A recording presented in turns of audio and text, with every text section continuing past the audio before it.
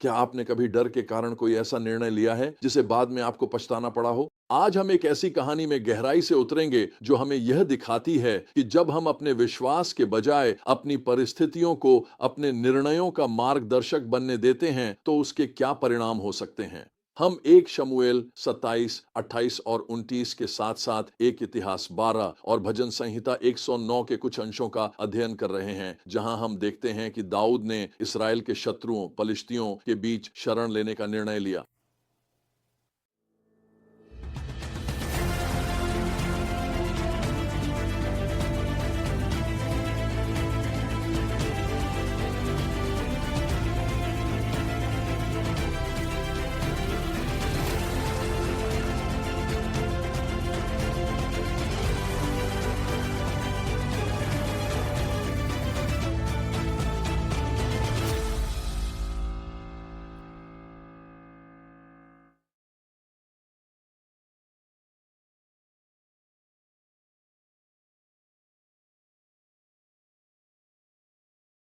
इस अंश का मुख्य संदेश दाऊद के विचारों में मिलता है, जो एक शमूएल 27 और आयत 1 में दर्ज हैं। लेकिन दाऊद ने अपने मन में सोचा, किसी न किसी दिन मैं शाऊल के हाथों मारा जाऊंगा। मेरे लिए सबसे अच्छा यही होगा कि मैं पलिश्तियों के देश भाग जाऊं। तब शाऊल इस्राएल के किसी भी भाग में मेरी खोज करना छोड़ देगा और मैं उसके हाथ से बच निकलूंगा। भय से प्रेरित इस निर्णय की घड़ी ने ऐसी घटनाओं की एक श्रृंखला को जन्म दिया जो दाऊद की ईमानदारी को चुनौती देती है और लगभग उसे अपने ही लोगों के खिलाफ युद्ध करने के कगार पर ले जाती है। हमारी कहानी शुरू होती है थके हुए दाऊद से, जो शाऊल से लगातार भागते भागते थक चुका था और एक कठोर निर्णय लेकर पलिश्तियों के क्षेत्र में शरण लेने का फैसला करता है।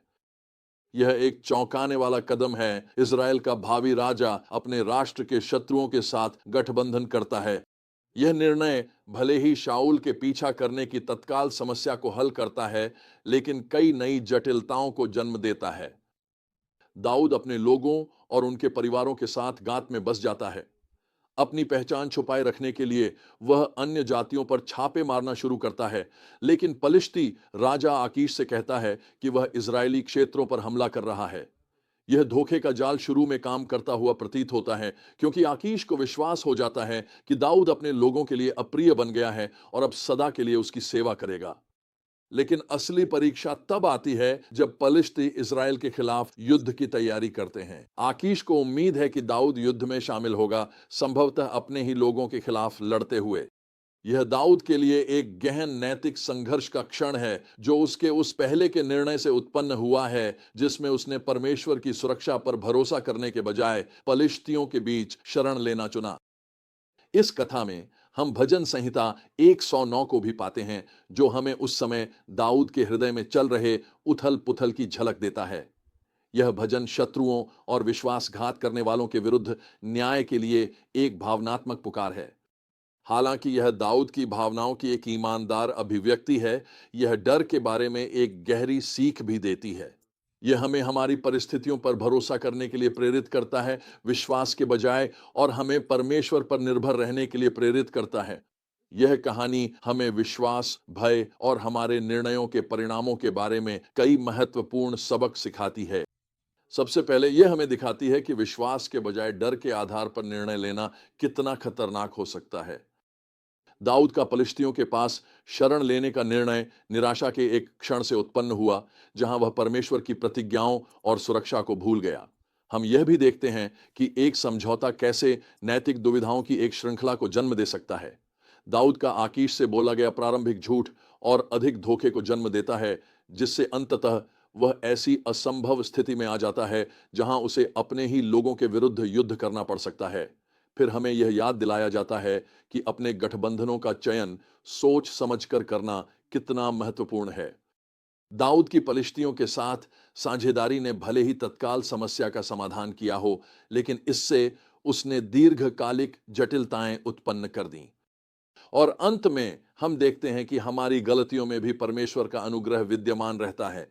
दाऊद के निर्णय में चूक के बावजूद परमेश्वर अंततः पलिश्तियों के सेनापतियों के संदेह के माध्यम से उसे इस्राएल के विरुद्ध युद्ध करने से रोकता है। परमेश्वर दाऊद को याद दिलाता है कि उसका विश्वास केवल उसी में होना चाहिए। यह कहानी मुझे एक पादरी की याद दिलाती है जिन्हें मैं जानता था, जो अक्सर अपने समुदाय की सड़कों पर अपनी मंडली के लोगों से मिला करते थे। जब वह उनसे पूछते कि वे कैसे हैं, तो कई लोग जवाब देते, ओह, हालात के अनुसार ठीक हूं। उनका जवाब हमेशा चुनौतीपूर्ण होता था। तुम वहां नीचे क्या कर रहे हो? क्या तुम नहीं जानते कि तुम मसीह के साथ उठाए गए हो और तुम्हें अपनी परिस्थितियों पर विजय प्राप्त है? तुम्हें उनके अधीन रहने की जरूरत नहीं है। तुम उन परिस्थितियों में रह सकते हो, फिर भी उन पर विजय पा सकते हो। लेकिन तुम्हें यह याद रखना होगा कि तुम कौन हो और किसके हो। यीशु तुम्हारी विजय का स्रोत है। इस पादरी के शब्द उस सच्चाई की गूंज हैं जिसे दाऊद ने क्षण भर के लिए भुला दिया था। हमारी पहचान और सुरक्षा परमेश्वर से आती है, न कि हमारी परिस्थितियों से। जब हम इस सच्चाई को नजरअंदाज कर देते हैं, तो हम डर के आधार पर फैसले लेने लगते हैं जो हमें भटका सकते हैं। मैंने अपने अनुभवों से सीखा है कि जीवन हमें निर्णय लेने के लिए हमेशा आसान सूत्र नहीं देता।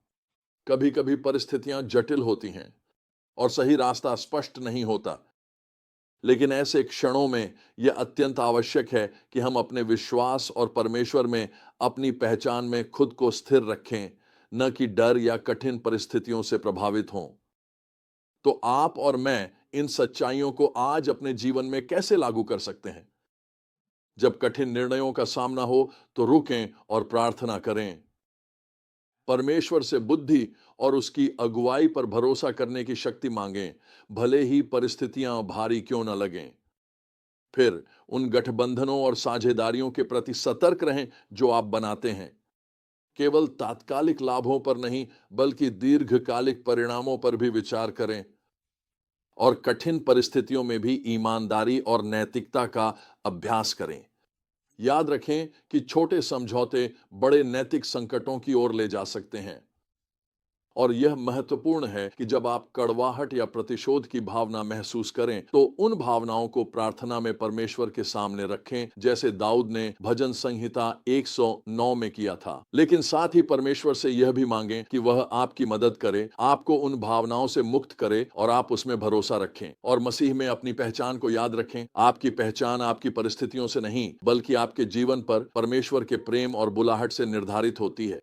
दाऊद के पलिश्तियों से जुड़ने की कहानी हमें याद दिलाती है कि जब कोई परमेश्वर की योजना से दृष्टि हटा लेता है, तो महान नेता भी डर के आधार पर निर्णय ले सकते हैं, वायदों से। तो क्या आपके जीवन में ऐसे क्षेत्र हैं जहां डर आपके विश्वास को धुंधला कर रहा है और आपके निर्णयों को प्रभावित कर रहा है? याद रखें, आपकी परिस्थितियां आपकी पहचान नहीं है। आपकी पहचान मसीह में है और वही आपकी विजय का स्रोत है। यीशु से मार्गदर्शन और सुरक्षा पाने के लिए उसकी ओर देखना सीखें, न कि अपनी परिस्थितियों पर भरोसा करें।